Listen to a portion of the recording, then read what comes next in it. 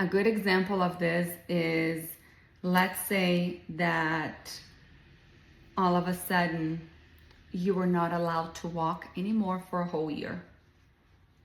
What is going to happen a year later whenever you stand up?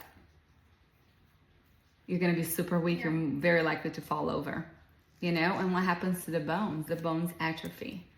If you're not using that muscle, the bone is going to atrophy.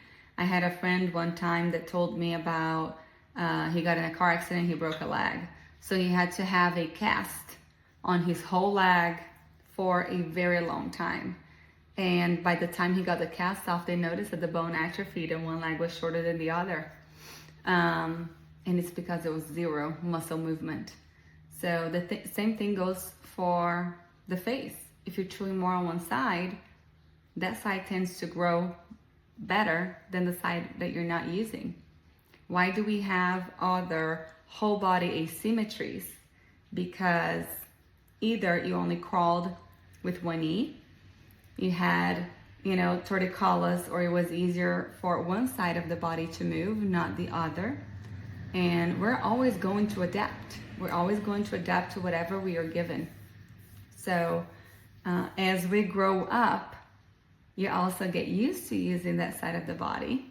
We always also tend to use one side a little bit better.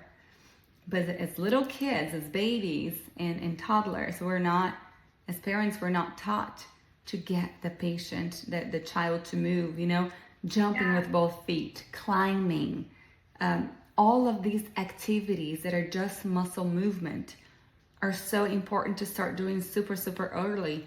And it's mainly to encourage muscle to build on both sides. I feel like it's never going to be equally, but as close as you can if you encourage that child to crawl, to get on the floor, to jump, to run. All of these things are going to improve as you grow full body asymmetries.